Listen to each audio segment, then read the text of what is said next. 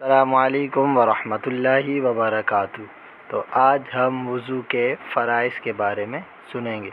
اللہ عز و جل قرآن کریم میں ارشاد فرماتا ہے، یا ایھا الذین آمنوا اذا قمتم الی الصلاۃ فاغسلوا وجوہکم وایدیکم الی المرافق وامسحوا برؤوسکم وارجلکم الی الکعبین۔ ترجمہ یعنی اے ایمان والو، جب تم نماز پڑھنے کا ارادہ کرو اور وضو نہ ہو تو اپنے منہ اور کونیوں تک ہاتھوں کو دھو لو اور سروں کا مسح کرو اور ٹخنوں تک پاؤں دھو۔ وضو کے 4 فرائض ہیں۔ نمبر 1، چہرے کا دھونا۔ چہرے کی گولائی لمبائی کی حد طول کے لحاظ سے پیشانی کی سطح کے شروع ہونے کی جگہ سے لے کر تھوڑی کے نیچے تک ہے، اور عرض یعنی چوڑائی کے لحاظ سے وہ تمام حصہ جو دونوں کانوں کی لو کے درمیان ہے۔